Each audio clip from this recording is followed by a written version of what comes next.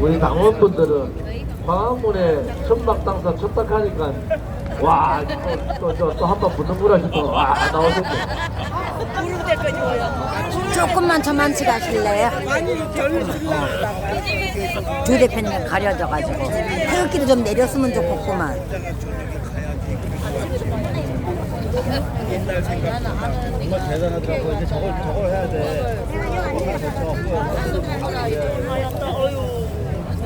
집이 좋긴 좋네. 아니 서명 대신 제가 오늘 가로세로 김세희 대표하고 기자 간담회를 했습니다. 가로세로 간담회를. 나는 지금 반부터 4시 반부터 한 1시간 했네요. 그죠? 중요한 내용은 그겁니다.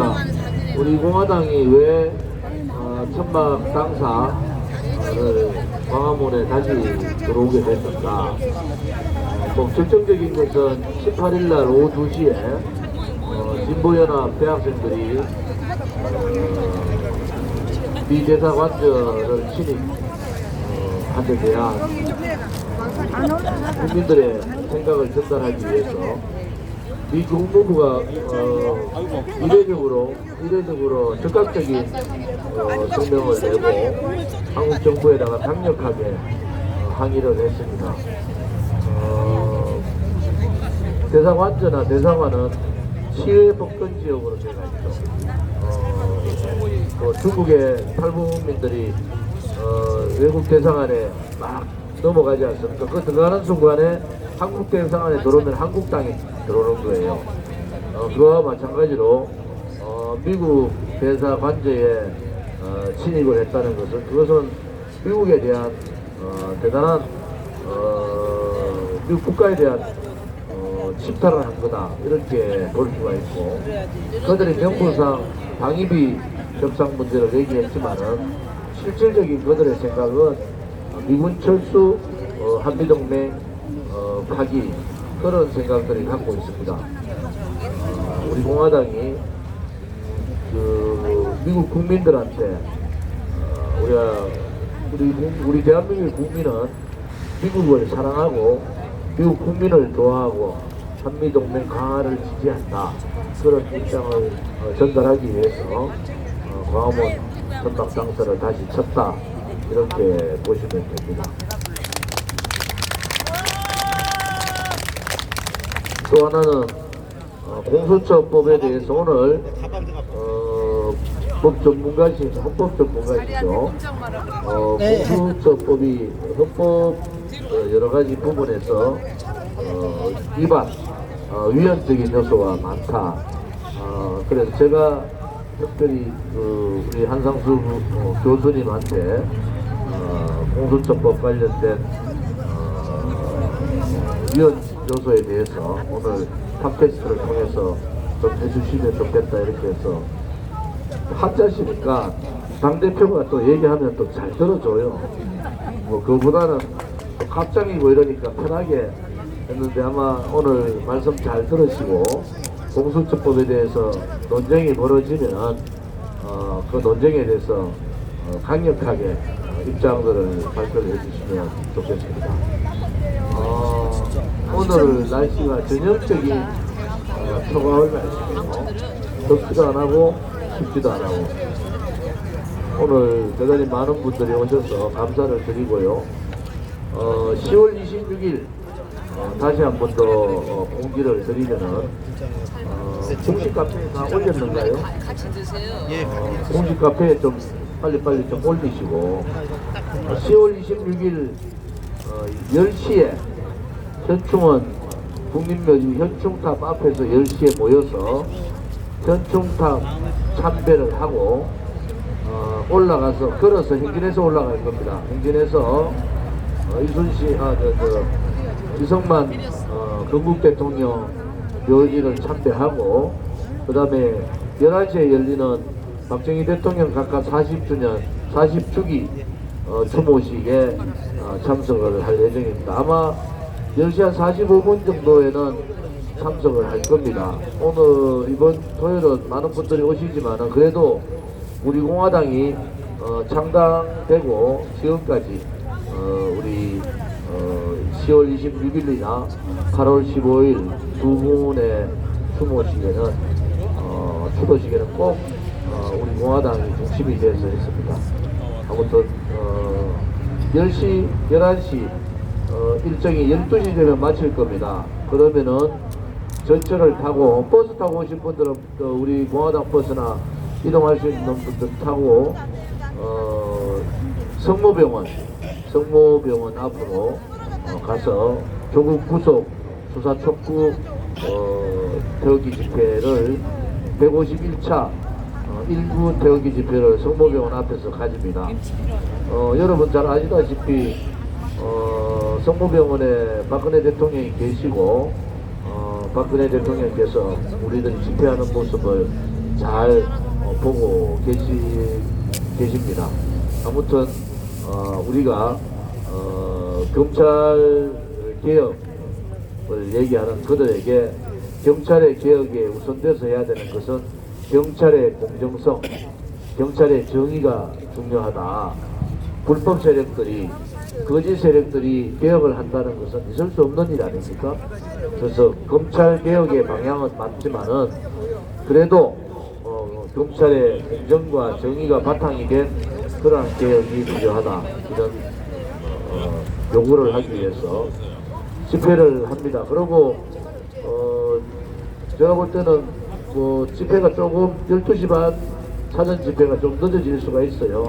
1시에는 정상적인 집회를 해서 1시간 반 정도 한 2시간, 1시간 반에서 2시간 정도 집회를 하고 광화문으로 생중원에서도 전철로 버스 타고 오신 분은 버스로 또 광화문 이동도 전철로 버스로 그렇게 광화문 이동을 해서 지난 토요일 집회했던 두 곳에서 4시에 광화문 집회를 합니다.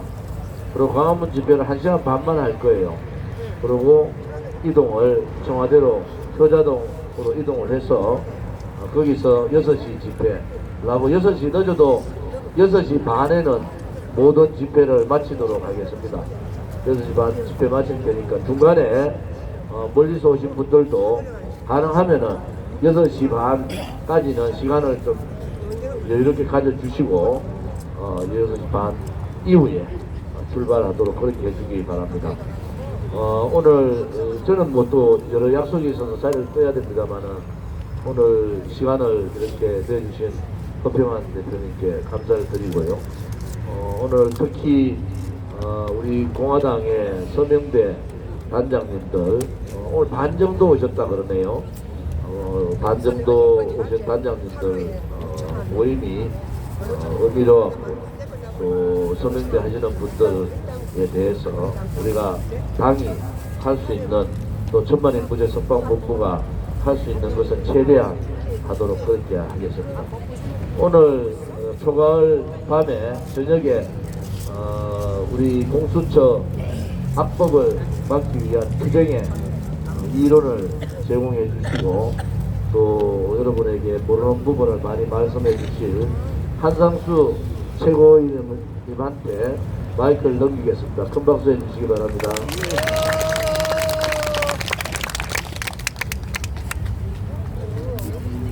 반갑습니다, 동지 여러분.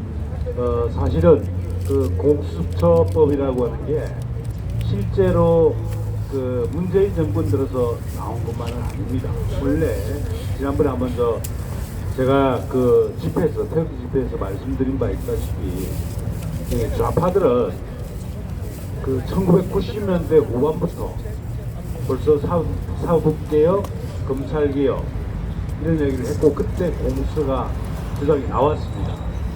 아니, 단지 지금하고 다른 점은 뭐냐면 그때 그 좌파들이 주장한 공수처는 대통령 직속으로 설치된 기관이 아니고 검찰 내에 설치되는 기관이었습니다. 검찰 내에 그 공수부 이런 형식이죠. 그런 형식으로 설치하려고 했습니다. 그러니까 그 검찰총장과 법무부 장관의 통제를 받는 그런 기관이었습니다. 그런데 이번에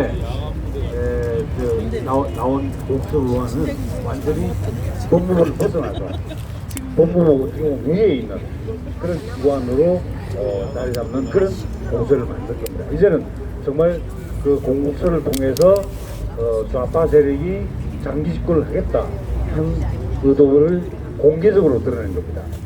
바로 그런 측면에서 우리가 공수처를 정확하게 이해하고 그리고 이에 대해서 좌파들과 논쟁을 하거나 할 때 우리가 정확한 지식을 바탕으로 해서 반박을 하고 해야 될 것 같습니다. 그래서 몇 가지 중요한 사항들을 말씀드리겠습니다. 일단 저는 그렇게 봅니다. 문재인 좌파 독재 정권, 좌파 독재 세력이 조국 사태를 겪으면서 결정적인 자기들의 집권 전략에 차질이 생깁니다. 한마디로 말하면 자기들의 약점이 너무나 노골적으로 폭로가 되고 그것이 검찰에 의해서 치명적인 수준으로 수사를 받게 되니까 자기들을 보호할 장치가 없다는 걸 알게 된 겁니다. 검찰이 특히 공수처를 추진하고 있는 좌파 세력들에 대해서 굉장히 큰 반감을 가지고 있고 더군다나 좌파 세력 내부의 치부가 뭐 정말 일반 우리 국민들이 이해할 때 도저히 용납할 수 없는 그런 정말 더러운 정말 구역질하는 그런 치부를 가지고 있었던 거죠. 그렇다면 이런 치부를 가지고 있는 좌파 세력들이 그럼 장기 집권 전략을 세우기 위해서 뭐가 필요하냐? 우리 편은 보호하고 그리고 우파 세력들은 탄압하는 그런 기관이 필요했던 겁니다. 그래서 갑자기 만약에 그 윤석열 검찰총장이 조국 수사를 대충 넘어가 줬으면 아마 이 여권에서 공수처 법안을 이렇게 빨리 서둘러서 처리하려고 하지는 않았을 겁니다. 그런데 자기들이 윤석열 검찰총장에 의해서 조국이 수사를 받는 과정을 보니까 이제는 자기들을 방어할 장치가 필요했던 거죠. 절실했던 겁니다. 그래서 빨리 공수처 법안을 통과시켜서 빨리 구성을 하려고 하는 겁니다. 그래서 사건을 다 이첩받아가지고 묻을 건 묻고 또 부각시킬 건 부각시키고 그런 차원에서 대응을 하려고 하는 것 같습니다. 그래서 그럼 제일 먼저 말씀드릴 건 뭐냐, 공수처가 어떻게 구성되는가 하는 문제입니다. 복잡한 내용이 있는데 간단히 말씀드리면 공수처장이 중요한데요. 공수처장은 15년간 변호사 경력이 있는 사람입니다. 그런데 중요한 거는 이 15년의 변호사 경력을 가지고 있는 사람은 공수처장이 될 수 있는데 그 절차가 중간에 공수처장 후보 추천위원회라는 걸 만들었습니다. 거기서 두 사람을 추천을 하면 그 가운데 한 명을 대통령이 임명합니다. 그런데 공수처장 후보 추천위원회가 어떻게 구성되어 있냐면 법무부 장관 그리고 법원행정처장 그리고 대한변호사협회 회장 그리고 여당 추천 2명 야당 추천 2명 이렇게 되어 있습니다. 근데 이게 그럼 마치 야당 추천이 2명이 들어가니까 괜찮겠지라고 생각할 수도 있는데 이게 연동형 비례대표제하고 맞물려 있기 때문에 경우에 따라서 여당은 민주당이죠. 더불어민주당이 2명을 추천합니다. 그리고 야당을 쪼갭니다. 그런데 자유한국당 한석, 정의당 한석 이렇게 해가지고 실제로 좌파들이 독식할 가능성이 있다는 겁니다. 그렇게 되면 사실은 7명으로 구성을 하지만 6명이 좌파로 차해지고 1명만 조우파, 경우에 따라서 무늬만 우파 이렇게 편파적으로 그 추천위원회가 구성될 수 있습니다. 그러면 거기서 2명을 했을 때 그 두 사람 뻔하겠죠. 바로 좌파 세력이 근데 민변 출신의 변호사가 2명이 추천받을 가능성이 굉장히 높다고 봅니다. 그러면 입맛에 따라서 대통령이 골라봅니다. 그럼 공수처장이 일단 좌파 진영 수준에 들어간다고 봅니다. 그리고 공수처 차장도 마찬가지입니다. 그런데 더 주목해야 될 것은 뭐냐면 일반적으로 이제 그 검찰 수습 같은 경우는 규모가 굉장히 크기 때문에 실제로 검사들이 그냥 변호사실 맡겨가지고 이제 일정한 그 수습 기간을 지나가지고 검사가 되는 겁니다. 그런데 이 공수처 검사는 다릅니다. 공수처 검사는 변호사 경력 10년 이상 있는 사람이 중에서 뽑습니다. 뽑는데 그 절차는 공수처장이 추천하고 그 다음에 대통령이 임명하는 식으로 되어 있습니다. 그러니까 여전히 대통령이 임명하는 거죠. 검사도. 그런데 그 검사를 추천할 때 인사위원회가 구성되어 있어가지고 추천을 하는데 여기에 중요한 아주 그 독소조항이 들어가 있습니다. 뭐냐면 일반적으로 우리가 검사, 공수처 검사라고 얘기했을 때는 보통 판사나 검사의 경력이 있는 변호사 이런 사람이 검사가 되는 겁니다. 공수처 검사가. 그런데 거기에 뭐가 들어있냐면 조사 업무를 담당한 변호사도 공수처 검사가 될 수 있게 해놨습니다. 근데 그 조사 업무를 담당한 변호사라는 사람이 어떤 사람이냐면 근데 세월호 그 특별조사위원회 그 다음에 그 검찰청에 구성되어 있는 검찰과거사위원회 이런 위원회가 주로 민변 출신 즉 검사나 판사의 경력을 갖지 않은 완전히 정말 제야에서 정말 좌파운동을 해왔던 그런 그 변호사들 판검사 경력이 전혀 없습니다. 그런 사람이 조사위원회에 많이 들어갔습니다. 근데 그 사람들을 뽑아올리는 겁니다. 한마디로 말하면 정권의 나팔수, 정권의 시녀 역할을 제대로 할 수 있는 이 사람들을 뽑아올려가지고 그 사람들로 공수처를 채우는 겁니다. 그래서 검사의 경력을 가진 사람을 2분의 1 이상 채우지 못하게 되어 있습니다. 그래서 그 판사의 경력 또는 판검사 경력이 없는 사람으로 채울 수 있게 되어 있습니다. 그렇기 때문에 실제로 좌파 경력을 가진 변호사들, 특히 민변 출신의 변호사들이 공수처 검사로 다 채워지게 됩니다. 그렇게 말씀드리겠습니다. 한마디로 말하면 우리가 흔히 말하는 제가 지난번에 때 집회 때 말씀드렸지만 원래 공안 검사들이 있습니다. 그 뿌리가 있습니다. 깊이. 그건 이승만 대통령 때부터 공안 검사 전통이 그때 워낙 좌우 대립이 심각했고 그 다음에 전쟁 과정에서 간첩들이 많이 활약을 했기 때문에 그걸 잡아내는 그런 공안 검사들이 큰 역할을 했습니다. 오제도 검사를 포함해서. 그런데 이 공안 검사들을 완전히 배제시키고 우파 지향의 검사들은 다 배제시키고 판사 검사를 완전히 좌파 일색으로 만드는 겁니다. 바로 그렇게 할 수 있도록 만들어 놓은 게 공수처입니다.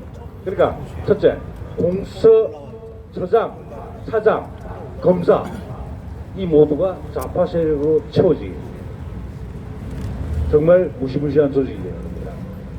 자, 이건 한마디로 말해서 정치적으로 지극히 편향된 공수의 구성입니다. 이건 바로 어떻게 말하면 그 준사법기관, 검찰은 준사법기관인데 준사법기관을 정치적 중립성을 유지해야 될 중사법기관을 정치적으로 극히 편향된 좌파 성향의 변호사들로 채운다. 바로 이 자체가 그 공무원의 정치적 중립성을 보장하는 헌법 7조 위반입니다. 공수처 조직 자체를 정치적 편향성을 띠는 기관으로 만들어버리는 거죠. 바로 그렇기 때문에 공무원의 정치적 중립성에 관한 헌법 규정을 위반했다 이렇게 볼 수 있습니다. 하여튼 그렇게 구성되는 거 아시고요. 그리고 또 하나는 이제 중요한 게 뭐냐면 이 공수처에서 수사할 수 있는 수사 대상 공무원이 있습니다. 그건 고위공직자라고 표현되어 있습니다. 근데 많이 있습니다. 하여튼 그런데 허평환 장군님은 예비역 장군도 포함된다니까 놀라시는 것 같은데 예비역 장군 포함되어 있습니다. 한마디로 말하면 군 출신 인사들은 완전히 무력화시키겠다는 거죠. 당신들은 옷을 벗더라도 저녁을 하더라도 우리 소나기를 못 벗으라 그렇게 말하는 겁니다. 근데 거기서 저는 좀 읽을 수가 있습니다. 좌파들의 두려움들 같은 거 읽을 수가 있습니다. 야 이거 우리 군이 만약에 쿠데타 같은 거 하는 거 아니야? 그에 대한 일말의 두려움 같은 게 있었을 거라고 봅니다. 그래서 통제하겠다는 겁니다. 전역한 민간인인데 통제하겠다고. 그리고 국회의원이 들어가 있습니다. 그리고 판사가 들어가 있습니다. 검사도 들어가 있습니다. 그러면 국회의원은 입법부 아닙니까? 입법부 국회의원들 공수가 일상적으로 감시합니다.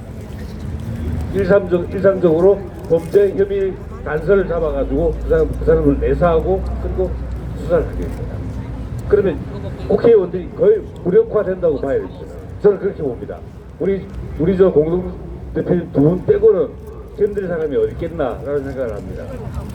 그러니까 거의 모든 국회의원들이 공수의 모의감이죠. 꼼짝 못합니다. 그러면 제대로 그 야당의 의원들이라고 해서 뭐 제대로 의정 활동을 할 수 있겠습니까? 못합니다. 정권의 신기를 건드리는 의정 활동을 할 수 없습니다. 우리 대표님 국정감사에서 막 보통 시식을 하셨죠. 통쾌하게 국정감사 하셨는데 이제 그런 활동 못하는 거죠. 법률에도 함부로 제스를 못합니다. 예산 뭐 행정부에서 통과시켜주려는데 다 통과시켜줘요. 국정조사 같은 거 제대로 할 수 있겠습니까? 못합니다. 완전히 이 국회가 무력화되는 겁니다. 그리고 아까 말씀드렸듯이 판사가 수사 대상입니다. 그러면 판사들 여러분들 직접 뭐 사건을 안 겪어보셔서 잘 모르시겠지만은 판사가 하는 일은 항상 한 사람은 판사를 옹호해 주는데 아니 잘했다고 칭찬해 주는데 한 사람은 반드시 욕합니다. 도둑놈이라고 뭐 저쪽 저 승소한 쪽하고 뭐 짠 거 아니냐고 그렇게 이야기하기. 소송이라고 하는 것은 항상 승소자가 있으면 패소자가 있습니다. 패소자는 불만을 가지게 돼 있죠. 그럼 패소자가 공수에다가 진정을 합니다. 고발을 합니다. 그러면 그 판사는 또 그 재판부는 바로 공수의 수사 대상에 오릅니다. 근데 만약에 좌파 세력들이 조직적으로 그 재판에 대응을 하기 시작하면 좌파 세력들이 부추깁니다. 부추기죠. 그 판사 고소하라, 고발하라, 그것도 부추깁니다. 그러면 근데 참여연대 같은 거 있죠, 그죠? 그 사법감시센터라는 게 있습니다. 참여연대에. 그 센터에서 뭐냐면 사법감시라는 이름으로 그 법관들의 재판 활동을 다 감시합니다. 그래서 그 사람들이 뭐 하겠습니까? 공수생이 원하면 당신 소송에 졌잖아. 억울하게 당했잖아. 그래서 말해서 사법농단의 피해자 아니냐. 그렇다면 공수에 고소고발해라. 우리가 뒤에서 밀어주겠다. 그러면 어떻게 됩니까? 바로 그 판사는 사실은 공수의 표적 수사 대상이 되는 겁니다. 그러면 사법권도 완전히 공수의 수중에 들어가게 됩니다. 그러면 입법권, 사법권, 행정권은 뭐 이미 장악하고 있는 거고, 그러면 3권이 다 공수 수중에 들어가게 되고, 또 궁극적으로는 대통령 수중 안에 들어가게 됩니다. 그러면 대통령이 입법권, 행정권, 사법권까지 다 3권을 다 장악하게 됩니다. 이게 바로 그야말로 제왕적 대통령입니다. 제왕적 대통령. 사실은 제왕적 대통령은 사실 뭐 이론적으로는 미국에서 나온 이야기지만은 원래 뭐냐면 촛불 세력들이 박근혜 대통령을 사기 탄핵시키기 위해서 만들어낸 그 네이밍입니다. 박근혜 대통령이 그 제왕적 대통령으로서 막강한 권한을 가지고 있기 때문에 그래서 촛불 민심을 가지고 그걸 하야시키거나 탄핵시켜야 된다. 그렇게 해가지고 만들어낸 용어가 제왕적 대통령입니다. 그런데 제가 학생들에게도 말하지만 아니 제왕적 대통령이 탄핵을 당합니까? 제왕적 대통령이 탄핵을 당합니까? 당할 수가 없죠. 탄핵을 당했다는 것은 제왕적 대통령이 아니었다는 거죠. 그런데 문재인은 제왕적 대통령을 꿈꾸는 겁니다. 정말 그 상권을 다 장악한 거의 절대 본주와 비슷한 그런 제왕이 되고 싶은 겁니다. 바로 그 수단이 공수입니다. 정말 무시무시한 음모가 도사리고 있는 겁니다. 자, 그런데 그럼 이렇게 강력한 권한을 갖는 게 공수인데 문제는 뭐냐면 원래 강력한 권한을 가지면 가질수록 그 권력에 대한 통제, 견제 이런 장치가 필요합니다. 그런데 공수처에는 아무런 견제 장치가 없습니다. 대통령 직속으로 설치됩니다. 대통령이 하수인이죠. 그리고 아까 말씀드렸다시피 국회나 법원은 거기에 손아귀에 잡혀 있습니다. 그럼 그 국회나 법원이 견제를 하겠습니까? 견제 못합니다. 견제할 수 없습니다. 제가 유일하게 기대하는 게 혹시 아마 국정감사에서 우리 조 대표님께서 아마 공수처장을 불러가지고 호통을 칠 그런 경우는 혹시 있을까 모르겠지만 그러나 거의 통제가 안 될 겁니다. 그 통제 대상에 포함시킬지도 미지수입니다. 그러면 실제로 법원도 통제할 수 없고 국회도 통제할 수 없고 그 다음에 다른 어떤 기관도 공수를 통제할 수 없는 그런 무소불위의 절대적 권력을 갖는 기관이 되어버립니다. 자, 그러면 그런데 또 하나 재밌는 건 뭐냐면 사실은 우리 국민이 피해를 당하면 국민의 어떤 그 분노 또 국민의 어떤 굉장히 강한 반발 이런 것들이 있을 수 있는데 공수의 권한은 원칙적으로 고위공직자입니다. 그 오히려 국민의 민심을 조작하는 쪽으로 한마디로 말하면 그 공수의 수사 대상이 된 고위공직자가 특히 우리 우파 진영의 공직자일수록 그 사람이 부패했다. 그래서 마땅히 처벌받아야 된다. 이런 여론전을 펼 가능성이 굉장히 높습니다. 그럼 국민도 그게 사실은 공수에 대해서 제대로 여론을 통해서 견제를 못하게 되는 겁니다. 그러니까 아무도 다른 국가기관도 견제할 수가 없고 그 다음에 국민도 사실은 견제할 수가 없는 그래서 완전히 독재적인 기관. 물론 이제 게시타프나 KGB 같은 기관하고는 다릅니다. 사실 게시타프 같은 경찰 조직, 비밀 경찰 조직이어서 그 사실은 경찰 조직이고 검찰 조직과는 다른데 어떤 간에 기능은 그렇게 합니다. 기능은 내사 기능을 통해서 사실은 비밀 경찰과 같은 역할을 합니다. 그러게 되고도 막강한 수사권, 그 다음에 공소제기권, 공소유지권 다 갖습니다. 그렇게 되면 정말 공룡 같은 괴물이 하나 탄생하는 독재국가의 괴물이 탄생합니다. 이게 사실은 좀 다른 의미로 말하자면 그 홉스가 그 국가를 이야기할 때 국가가 절대적인 권력을 가져야 된다라는 것을 표현하기 위해서 리바이어드라는 책 이름을 지었죠. 근데 레비아탄이라는 게 성경에 나오는 괴물입니다. 굉장히 막강한 괴물이죠. 바로 공수가 그와 같은 괴물이 될 가능성이 굉장히 높다는 겁니다. 바로 이것 때문에 우리가 공수를 절대 용납해서는 안 되는 겁니다. 자, 그런데 또 이제 헌법적 관점에서 아까 말씀드렸다시피 사실은 상권 분립의 원칙을 완전히 침해한 겁니다.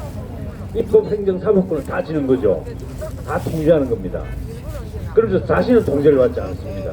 그러니까 이건 상권 분립의 원칙 또는 권력 분립의 원칙인 국민입니다. 그렇게 말할 수 있습니다. 그리고 또 하나 문제가 되는 게 뭐냐면 이 공수가 권한을 행사할 때 어떻게 행사를 하냐면 이렇게 중복되는 경우가 생기겠죠. 공수가 수사권을 갖기도 하고 다른 수사기관, 예컨대 검찰입니다. 검찰이 수사권을 가질 수가 있습니다. 예컨대 많은 경우에 그렇게 될 가능성이 높은데요. 예컨대 그 기업 비리를 조사하다 보니까 공무원에게 뇌물을 줬다. 이런 경우에 그 기업 수사는 원래 공수처에서 하는 게 아니고 검찰에서 하는 거거든요. 검찰에서 수사를 하는데 하다 보니까 공무원에게 뇌물을 준 겁니다. 고위공직자에게 뇌물을 준 거죠. 그럼 이게 또 공수처 관할입니다. 그럼 검찰이 진행하다가 공수처가 끼어들게 되겠죠. 그럼 이와 같이 수사권의 경합이 생기는 경우가 생깁니다. 그럴 때 이 공수처법에는 경합이 있을 때에는 공수처장이 그 수사기관에게 다른 수사기관에게 사건을 공수로 입첩할 것을 요구할 수 있고 그러면 그 수사기관은 그 입첩 요구에 따라야 됩니다. 따라야 됩니다. 자기가 수사를 더 이상 할 수가 없습니다. 그리고 또 경우에 따라서 공수처가 또 어떻게 결정할 수 있냐면, 야, 이 공수처에서 수사해야 될 사건은 맞는데 다른 기관하고 겹쳐질 때는 그냥 경우에 따라서 그 공수처에서 수사를 안 하고 그냥 다른 수사기관, 근데 검찰에서 수사하라고 그렇게 입법시킬 수도 있습니다. 입법 받을 수도 있고 입법시킬 수도 있습니다. 한마디로 말하면 수사하느냐 안 하느냐가 공수처 그 마음에 뜻에 달려 있는 겁니다. 완전히 제 마음대로, 공수처 마음대로 하고 싶으면 수사하고 하기 싫으면 안 하고 이렇게 할 수 있습니다. 바로 이건 사실은 다른 수사기관, 특히 예컨대 검찰의 그 수사권을 사실상 무력화시키는 겁니다.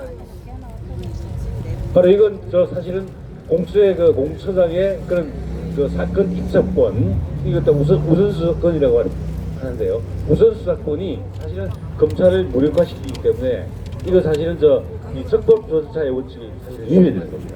원래 정당한 절차에 따라서 국가 권리를 행사해야 되는데 그 정당하지 못한 목적으로 또 정당하지 않은 절차에 따라서 이렇게 그 우선 수사권을 행사하게 되면 검찰을 무력화시키고 검찰이 사실은 그 권력을 남용하게 되는, 아니 공수처가 그 수사권을 남용하게 되는 그런 그 결과가 초래되기 때문에 이것이 헌법에 보장되어 있는 적법 절차 원칙을 위배한 것이다. 이렇게 말씀드릴 수가 있습니다.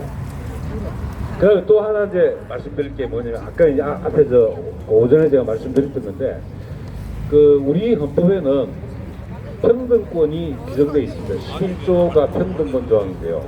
그 11조 1항이 어떻게 되어 있냐면, 모든 국민은 법 앞에 평등하다. 누구든지 성별, 종교 또는 사회적 신분에 의하여 정치적, 경제적, 사회적, 문화적 생활의 모든 영역에서 차별받지 아니한다 라는 조항이 있습니다.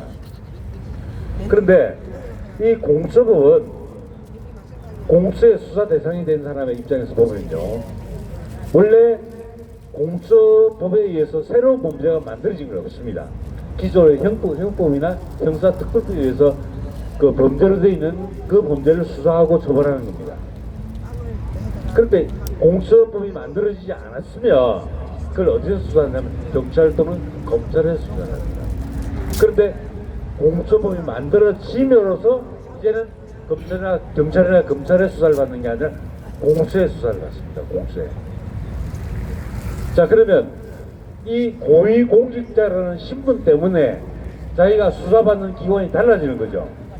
원래는 경찰 또는 검찰의 수사를 받아야 되는데 공수처의 수사를 받게 됩니다.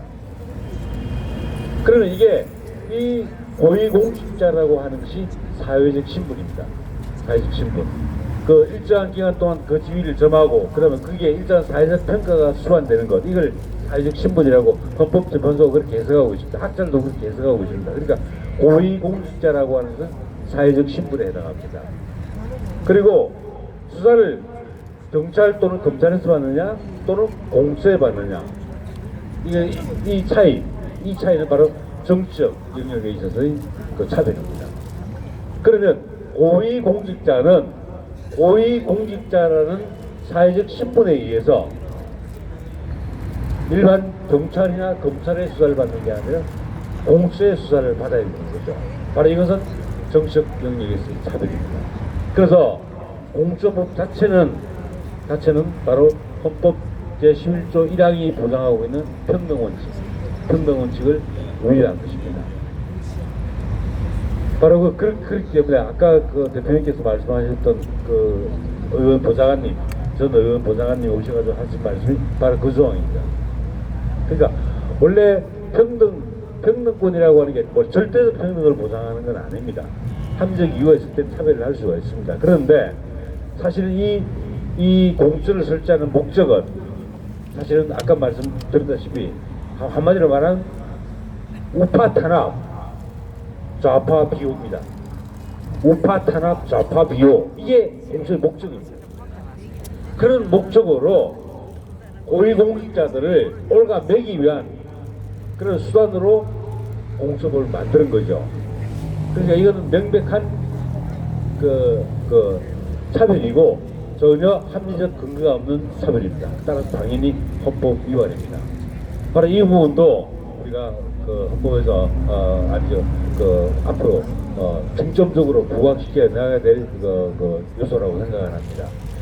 근데 아까 제가 그 국회에서 국회 구체적인 논의 과정을 제가 잘 몰라서 저는 어떻게 말씀드렸냐면 지금 4개 특위, 이 4개 특위가 사법개혁특별위원회 준말입니다.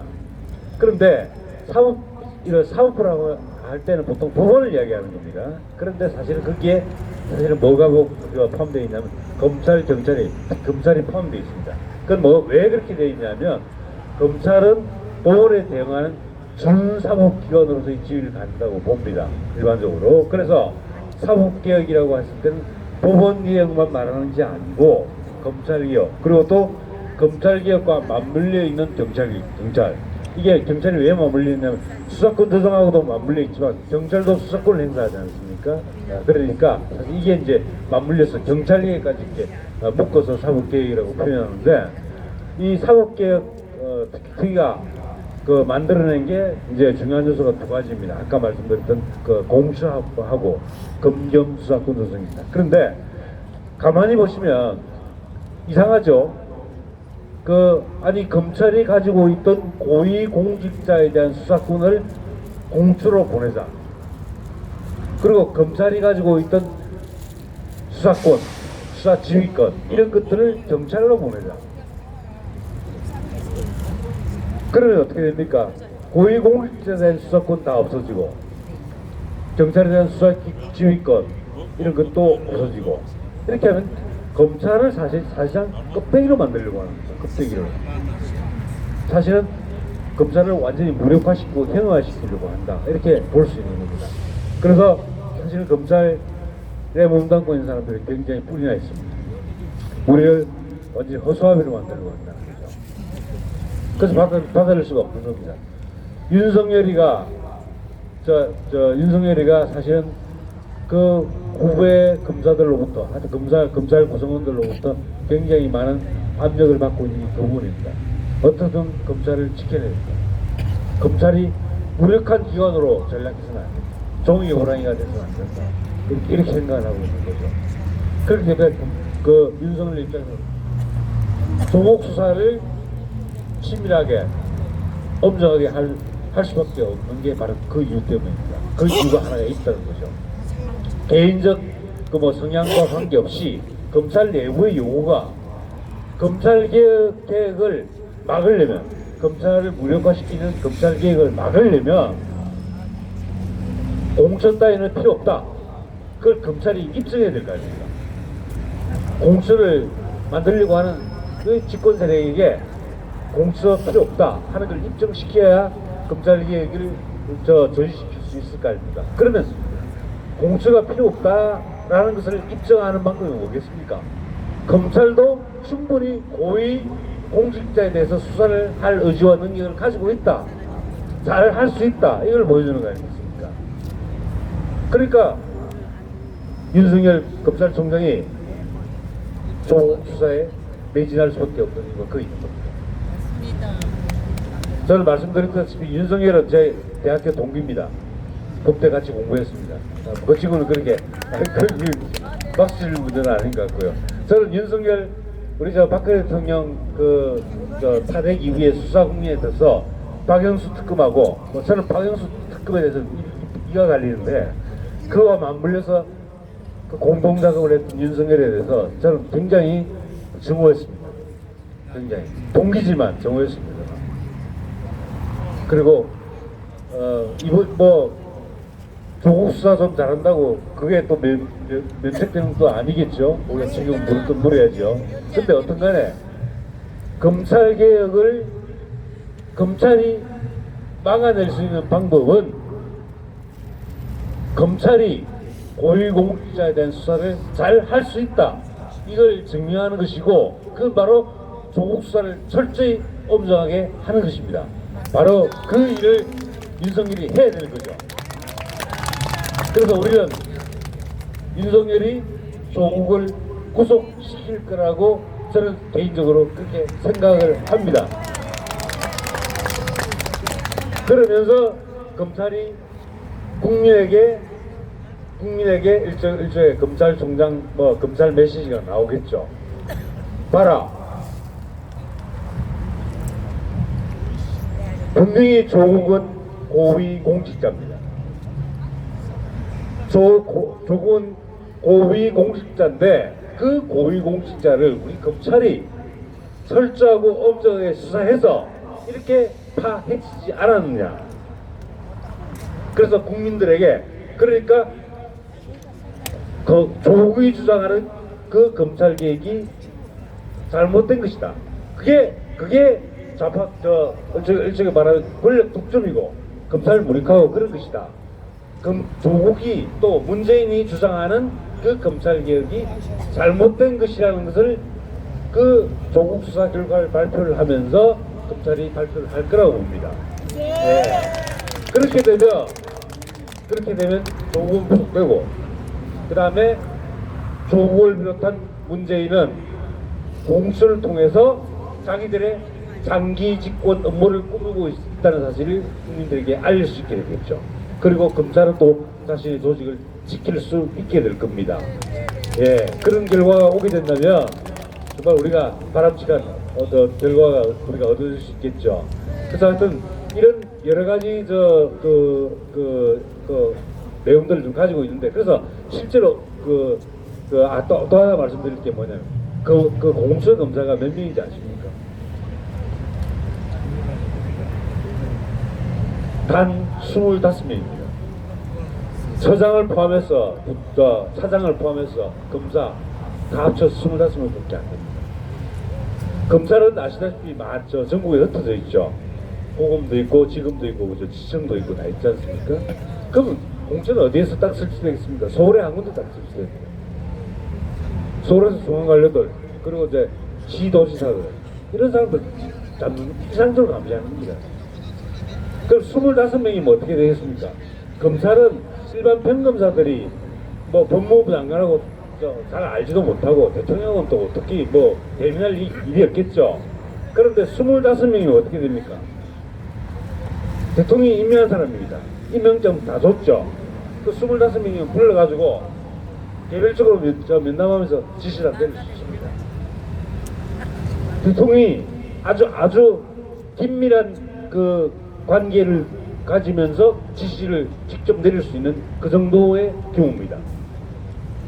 그럼 완전히 대통령의 의지에 따라서 공수가 수사를 할 수밖에 없다는 거죠. 한마디로 말하면 대통령의 친위 부대라고 보면 됩니다. 친위 부대. 친위 부대인 사정기관이다. 수사기관이다. 이렇게 보면 되는 거죠. 그러니까 검찰 수사권과 공소제기권, 공소유지권을 대통령의 또 좌파 세력의 장기 집권에 철저히 복무하는 그런 조직이다. 이렇게 보시면 됩니다. 그래서 우리가 이것을 저지시켜야 될 이유는 당연히 좌파 장기 독재 업무를 저지시켜야 되니까 우리 당연히 해야 됩니다. 그런데 약간 희망이 보이는 게 지금 바른미래당에서 유승민이가 유승민 이름 올린다고 좋아하는 거 아닙니다. 유승민이가 또 탈당해서 어떻게 하려고 하죠. 근데 유승민이가 탈당해서 아마 같이 탈당해오고 나오는 사람들이 공수처법에 대해서 그 다음에 연동형 비례대표에 대해서 반대 의견을 공유하고 있는 것 같습니다. 그래서 어떤간에 반대 세력이 조금 더 늘어날 가능성이 있는 거죠. 그리고 아마 제 생각에는 민평당이나 이런 쪽에서도 아마 그 공수의 본질을 좀 알게 되면 그 민평당을 달래기 위해서 뭘 했냐면 원래 이 공수처 법안은 그다음에 사개특위의 더불어민주당 간사가 백혜련입니다. 의원입니다. 더불어민주당 간사가 백혜련인데 백혜련이 대표 발의한 게 바로 현재 진행되고 있는 공수처 법안입니다. 그런데 여러 가지 그때 이제 논란이 많았습니다. 사보임 문제하고 막 바꾸고 이래가지고 논란이 많아서 그래서 뭐냐면 바른미래당 민평당 이쪽이 반발하니까 뭘 끼워줬냐면 권은희 의원의 바른미래당 권은희 의원의 그 법률안, 이 법률안을 패스트트랙 신속 처리 안건으로 동시에 의결을 해줬습니다. 같이. 그러니까 민주당 백혜련 안 하고 권은희 안 하고 같이 올라가 있습니다. 약간 다른데 명칭도 그렇습니다. 백혜련 안에는 고위공직자 범죄수사처 이렇게 되어 있습니다. 명칭이. 그런데 권은희 안은 고위공직자 비리수사처라고 되어 있습니다. 그 범죄가 아니고 비리로 바뀌어 있죠. 그래서 내용도 좀 다르고 한데요. 근데 어떡하네 그렇게 올라가 있습니다. 다르게 해석하면 더불어민주당이 이쪽에서 틀면 바른미래당이나 민평당이나 이런 당에서 틀면 통과 못 시킨다는 걸 아는 겁니다. 그래서 권은희를 절차에 끼워준 겁니다. 같이 가려고. 그런데 아마 요새 이런 전국이 흘러가는 걸 보면서 아마 문재인 정권의 지지율이 형편없이 떨어지고, 그리고 더불어민주당도 지지율이 하락하고, 그 다음에 굉장히 국민들로부터 반감을 얻고 있는 상황에서는 아마 바른미래당이나 민평당이 아마 공천법안 통과시키는데 아마 찬성표를 던지기는 굉장히 어려울 거라고 생각을 합니다. 그렇지만 낙관할 수도 없죠. 자기들을 겨눌 수 있는 법안이니까요. 사실 뭐 공천법안이 바른미래당이 봐주겠습니까? 민평당이라고 봐주겠습니다. 다 겨누는 겁니다. 심지어 자당도 해당이 하는 사람, 바른미래당 의원도 겨냥할 수 있는 거 아닙니까? 그래서 아마 그런 심각성을 알게 된다면 뭐 표결이 진행되더라도 부결될 가능성이 있다고 보는데, 근데 어떡하네 국회의장이 법사위원회 절차를 거치지 않고 바로 본회의에 올리겠다고 한답니다. 그런데 이건 중요한 하자가 있다고 생각합니다. 왜냐하면 사개특위가 사실은 이제 법사위 소속 위원회 속 특위이긴 합니다. 그런데 사개특위에서 의결한 거하고 특위에서 의결한 겁니다. 상임위원회에서 의결한 거하고 비슷합니다. 근데 모든 상임위에서 의결한 것은 사실 이 사개특위도 법사위 소속이긴 하지만 별개의 위원회이기 때문에 이 위원회에서 의결한 내용을 반드시 법사위원회에 가서 해서 아까 말씀드렸던 체계 심사와 자구 심사를 합니다. 체계 심사는 뭐냐면 이게 헌법에 위반되는 거 아닌가, 상위법인 헌법에 위반되는 거 아닌가, 또 다른 관련법과 충돌하는 거 아닌가, 이걸 심사하는 게 체계 심사입니다. 해야 되고요. 그 다음에 용어나 그 다음에 문법 이런 것들이 맞는지 이걸 심사하는 것을 자구 심사라고 합니다. 이 두 개의 심사를 하는 게 법사위원회입니다. 반드시 그걸 해야 됩니다. 이게 왜 문제가 되냐면 헌법하고 충돌되는지 안 되는지를 반드시 심사해야 됩니다. 근데 법사위 안 하겠고 바로 본회의에 올리겠다는 말은 헌법하고 이 심사를 안 하겠다는 말 아닙니까? 바로 우리 공화당 입장에서는 바로 그걸 공개해야 됩니다. 문희상 국회의장의 그 작태는 바로 공처법안이 헌법에 위반된 소지가 굉장히 많으니까 그 헌법에 위반된다는 논란을 피하기 위해서 법사위를 그냥 법사위에 회부를 하지 않고 바로 본회의에 올리는 게 아닌가. 다시 말해서 공처법안의 위헌성을 감추기 위해서 법사위원회 22를 생략하고 본회의에 회부한 거 아닌가라고 우리 당에서는 공격을 해야 됩니다. 바로 대변인께서 알고 계신지 모르겠는데 만약 우리가 논평을 낼 기회가 있다면 그 부분, 아까 말했던 평등원칙 위반 그런 것 하고, 그 다음에 이런 여러 가지 상권 분립을 침해한다든지 평등원칙 위반이라든지 적법절차 위반이라든지 이런 요소들이 다 헌법 위반에 해당한다. 그리고 이 헌법 위반 논란을 피하기 위해서 법사위를 건너뛰었다. 그래서 바로 그건 문희상 국회의장이 헌법 위반 된다는 사실을 알고 그걸 감추기 위해서 그래서 공수를 섰다 하는 방식으로 우리 당에서 논평을 내는 게 전 필요하다고 봅니다. 그래서 어떤간에 이런 이제 여러 가지 내용들을 알고서 여러분들이 이제 공수를 알고서 대응을 하면 확실히 이 공수가 마땅히 그냥 공포수사처, 공산세력 수호처 뭐 이런 거 아니고 진짜 사실 공수인데 고위공자 범죄수사처인데 진짜 이게 우리 우파 진영에게는 공포의 수사처입니다. 좌파 세력들에게는 공산 세력 수호처입니다. 공수처입니다. 자, 그렇게 네이밍을 해봤습니다. 어떤 간에 요걸 알고 공수에 대응을 해주시면 되겠다. 그런 말씀을 드리고. 그래서, 근데 저 개인적으로는